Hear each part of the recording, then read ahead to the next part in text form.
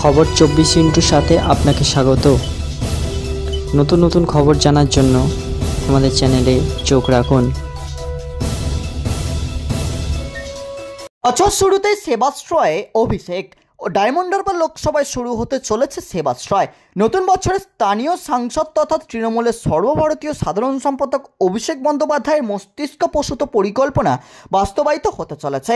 2রা জানুয়ারি থেকে শুরু হচ্ছে সেবাশ্রয় স্বাস্থ্য শিবির। অভিষেকের সংসদীয় ক্ষেত্রে স্বাস্থ্য পরিষেবার জন্য হাজির থাকবেন চিকিৎসকরা। 2রা জানুয়ারি ডায়মন্ড হারবারের এসডিও মাঠে উদ্বোধনী অনুষ্ঠান। কর্মসূচির সূচনা করবেন খোদ অভিষেক নিজেই। প্রথম পর্বের কর্মসূচি চলবে 2 থেকে 11 জানুয়ারি পর্যন্ত। গত নভেম্বর মাসে আমতলায় অডিটোরিয়ামে চিকিৎসকদের সঙ্গে সমন্বয় নামে একটি বৈঠক করেন অভিষেক। সেই সভা থেকেই নিজের সংসদীয় এলাকার মানুষের স্বাস্থ্য পরিষেবার জন্য কর্মসূচি ঘোষণা করেন তিনি, যার পোশাকি নাম দেওয়া হয়েছে সেবাশ্রয়। এই পরিষেবার মাধ্যমে ডায়মন্ড হারবারের 7 বিধানসভায় হবে স্বাস্থ্য শিবির। প্রতিটি বিধানসভায় 10 দিন করে শিবির করার পরিকল্পনা হয়েছে। 10 দিনের মধ্যে 7 দিন শিবির পরিচালনায় থাকবে জেনারেল মেডিসিনের চিকিৎসকেরা। এক দিন বিধানসভা ভিত্তিক 40টি শিবির করার পরিকল্পনা রয়েছে।